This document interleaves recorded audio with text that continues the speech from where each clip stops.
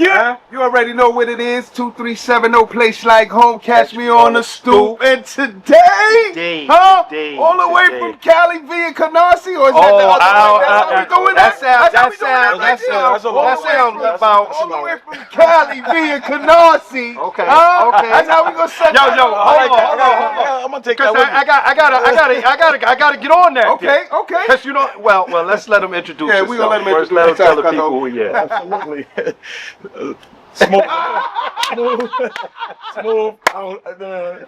Some of the first times I'm talking, I don't talk much. You know, we just put in the work. But, Smooth from Can't Relate. Noah. At a point they call me Canarsie. It's a bunch of different. You hear that? You hear that? Holla. See, that's why I want to ask. I gotta ask. Now, Cali, how long you was in Canarsie? Oh, Canarsie is that's my home. Okay. Cali, I was born in Cali. See, I gotta ask. Raised in Cali, probably about 10 to 12 years out of my life, and then y'all came on. And the rest was New York. That's back and forth still. With the manufacturing and the work. Not like bi-coastal.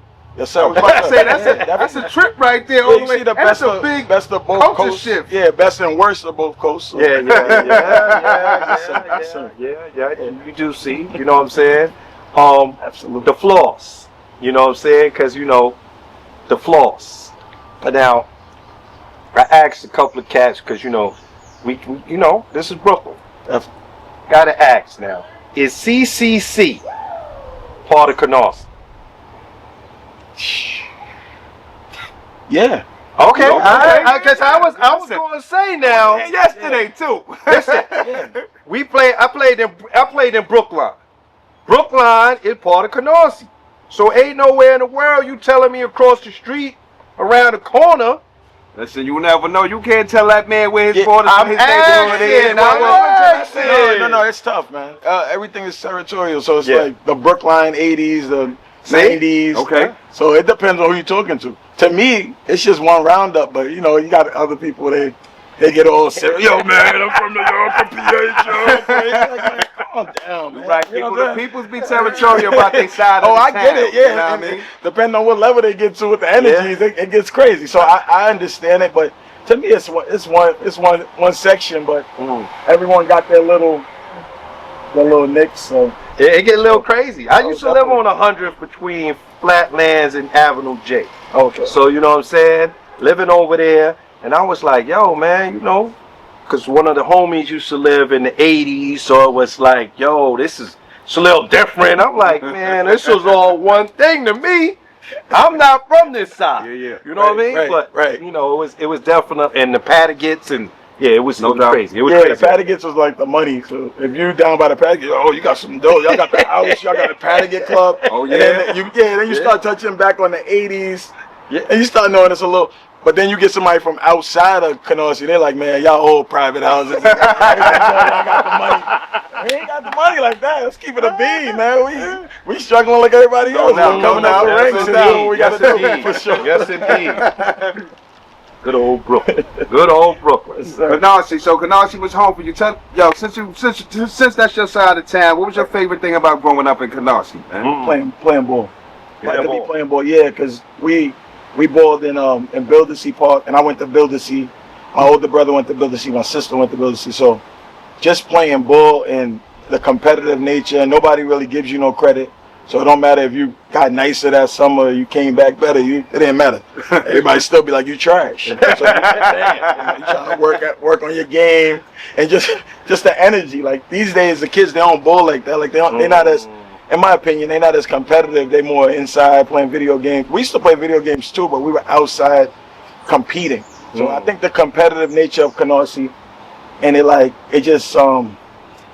expanded us. It made our minds bigger coming from that town. But a lot of fighting and a lot of just trouble, just disrespect. So we all felt like we had to prove ourselves and stupid shit because it didn't make sense. At the end of the day, it's like it wasn't nothing to prove, Yeah. Some of the people I grew up with, they doing really well. They're owning clubs and they're doing all types of beautiful things. Shout out to Ando and Kojo and just a lot of people. They just all in their own elements. So it's beautiful to see it, and sometimes it's not always aligned, but you just watch it and you're inspired. You're like, man, we come from the same block. This is crazy, you know. So see the people out there doing their thing, Yes, sir. Yes, sir. And that's what it be like, to see somebody, to know somebody that came from your same environment, your same circumstance, actually winning.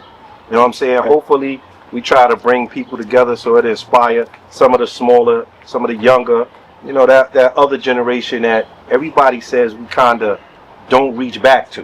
You know what I'm saying? So that was the whole purpose of having people come through that's doing great things. I don't care what neighborhood you from, what city you from, what state you from, doing something dope. Hopefully you can sit down and press upon somebody, you know what I'm saying, to sit down and do something dope too. You know what I'm saying? Inspire them, motivate them. You know what I mean? Absolutely. That's what we do it for. That's what we do it for. Like I told you prior to even being on here, I did my research, and man, it's fire. I mean, there's the concept of the stoop. It exists, obviously, in the media space, but I just think it's amazing. And it's like, sometimes people get gauged off. So it's like you might be talking to someone, you're like, hey, man, you up and coming. Like, all these things, they got to be eliminated. Because for me, it's not really a space. You either going at it, and you got it, or you don't. And it's no more in between. And I think that's the point that we're reaching now with the culture. It's like, man, you fired. This brand is better than Gucci. What we talking about, man? Yeah. Collection dropped today, by the way. Cat out the bag, you know. So yo, listen, let the cat out to the bag. No modesty today. Today's your day. Talk your shit today. Well. Talk your shit Let's today. ask them, Kurt. How did Can't Relate come about? There you go. Let's start there. Oh, definitely. It's a powerful meaning to the brand.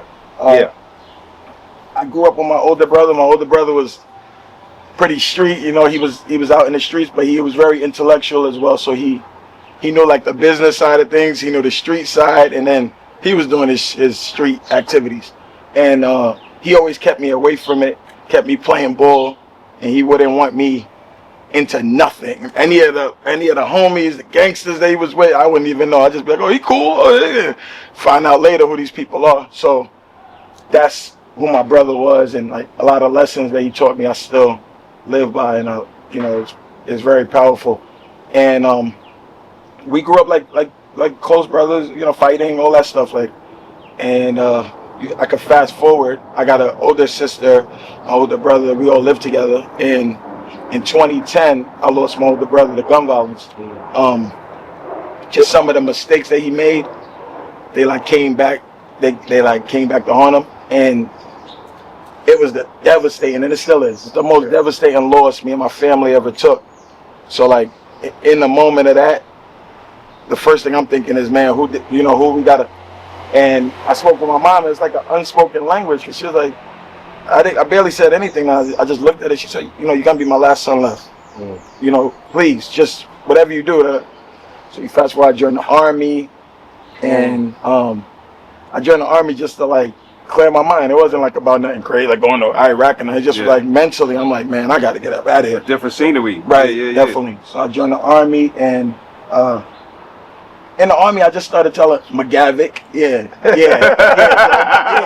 you're a hater too, and you're a patient. You're an Indiana patient, bro. And me, old bum. I'm not a Nick. I'm sorry. But I'm a Laker, but I got respect for this movement. Okay. I'll be with Steph. You know, shout out to Steph. Okay. He and I'm like, yo, bro, I've been wearing Gucci, Louis all these years, and I was working jobs to go into that a little bit. I was working any job I could get in order to have Gucci, Louis. Yeah. So I would come home with the receipts from Saks and everything. My mom be like, this is $500. I'll be like, Mom, it was on sale. This is not the receipt. This isn't the actual receipt. And I saved up all my money. I'm saving money for 3-4 weeks of trying to get these kicks and then go to the club, duvet, and only hot Monday and nasty Tuesdays at the Arc. Bad moves, man. Move. Come on. Settle down now. Get my life right. But back then, we wildin'. So now I'm like, damn. So I'm like, yo, man, you know what, bro? I'm just gonna make my own brand. I didn't know what that looked like, but I'm gonna get my own brand started, and it's gonna be big. And he laughing. He like, yo, bro. He didn't understand how much I love clothes back back then. Like there was so much Prada, Gucci, Salvatore, every brand. And I never thought in my mind, damn, you know what, I could flip that, make my own, and really, it don't even matter. Like, it don't, that's my space. Like, you know, if you wearing everything that's yours except for your kicks or something, that's pretty cool. Yeah. So mentally, I came out and then I started like giving my whole family the brand. I made this logo and stuff, and started giving my family the brand. And they, you know, they weren't wearing it at the time I wanted them to, because I was like, they supposed to rep this forever. Like, it's like when Ye said, I'm wearing the Yeezy boots everywhere, even in the shower today. Yeah, like, y'all supposed to be wearing this to the end. Like, why you not wearing yours? Why you got it on? Not totally like, irate mindset of branding extremists. So then I'm looking, I'm like, they not. So I thought about it. I said, you know what, let me start just getting to celebrities. Let me get to some, you know, some people who are in the influential light, or they've done certain things that are monumental in their life, and they've been through some adversity as well. So sometimes they might pick up on it because of the concept, or they might pick up on it because they rock with the clothes. So it is not any real line in between it. Like, it has to be like this or like that. And that was how the brand started. And just learned a lot. I learned a lot through like a lot of lessons and pain, and independently, like running with different entities that are huge, that are much bigger than I could ever imagine, or it might have been a dream. And now I might be in this room listening and learning, or working at the same time. So that's the brand. And it's I don't ever like it to hit the sympathy lane where it's like, but I get it, like it's a real thing. We all have lost people to gun violence, and it's so like, it's so extreme. Like, it's like to take a life over an issue or a problem or this and that. So to preach it and be like, no, don't have guns, I'm not really that guy. But I'm, especially going into the army and learning all that, but I'm the guy that's more like, at some point we got to see value for each other enough to, you know, to go a different lane, or to just not see eye to eye, or just be beefing. And we got beef, and that's it. I don't like you. I don't like the way you move or who you be with. But it's fine. But to take the life, I'm like a living example of the pain that you go through when you lose your brother, who was like, I only knew the business side of him. I didn't know the street side like that. You know, I just knew everybody was scared. That's one thing. But the street side, I wasn't really.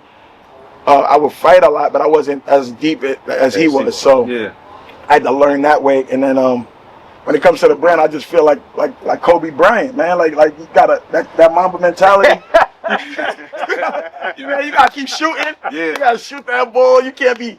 There's no fear. There's no downplay. You know, if we get outdone a season by another brand, we eat that, and we come back swinging. You can't miss if you don't take the shot, right? Absolutely. 100% the shots you don't take. Yeah, 100%. So with that mindset, you're an assassin in your field. So you're just on go. You're not on, hey, how you felt about this? Oh, you didn't like, oh, you had a problem with it? We'll send you another one. Oh, you know, and you just build up the branding idea, and you're competing with these companies that are going down, like the Macy's of the world, or the you know, the Bergdorfs or whatever. These brands, people ain't really checking for them if they got style. If you got style, you're probably looking for like, oh, I'm not gonna go look in the same places I looked all them years ago. You're trying to find that new fly, like, oh, what's new? What made y'all do that? Why you did that to your shirt? With it? Exactly. And it's stories behind it, so it's like a lot of energy. And I realized what the brands were doing back then. They were just, whatever energy they have, they could push it on us. So we wearing a brand. I don't want to make it a white thing or a black thing. But if we're wearing a specific brand, it's something behind it, and you might never know. Yeah. You might find out later. Like, oh, I've been wearing something that was for killing. I've been wearing something that was devilish the whole time, and I thought I was fly. Like, damn, what type of energy? It's crazy because I found out Victoria's Secret is a guy. I'm like, oh, that's the secret. You ain't know that? That's why we here. Listen, when you think about it, who else know what he want to see on a woman? I got you. But you know what I mean? But I didn't know it was a dude. I thought it was Victoria's Secret. I think anybody would think it's Victoria. Yeah. We're Victoria, not the secret. Like that's the secret. Nah, it's tricky, man. It's tricky. Hey, What are you playing? Oh man, but Tommy did the same thing. It all depends on branding. As we, you know, the problem is as us being a minority, right? You know what I'm saying? We have to start understanding cross marketing with one another, we have to understand branding. Tommy Hilfiger didn't even have a clothing line. But what Tommy did was he put up a sign, a billboard, and it said the 4 or 5 best designers. He put what you call that, a fill in the blank. He put a R for Ralph Lauren, L with blanks. He put a C and a K for Calvin Klein. He put a P and an E for Perry Ellis. And then he put a T and an H. So everybody like, well, who is the T and the H? You go look for it like, yo, I ain't even up on this. I ain't up on this. I got to go get it in. If he's up there with them, I ain't got no Tommy Hilfiger. People start gravitating to it. It's about branding. And that's the one thing that as a minority, as black people, as Latinos, like we all, if we could sit and get together, yo, this thing could be so much bigger because we are the culture. We are the culture. Look, let me ask you, since you back and forth, you know, east and west, how much influence does New York and Cali have when you designing something? Oh, all of it. All of it. Like, I got a black sheep collection, and that's just, you know what I mean? Like, it's self-explanatory at times, man. I don't know nobody with the perfect dynamic in life with their fam or whatever. So, so the black sheep, you might just be the outcast. Or you might be the person that's like, yo, what are you doing? Why are you doing that? And it's like, you know, and sometimes people see visions late. So it's like, you know, a lot of the time, it's sheep.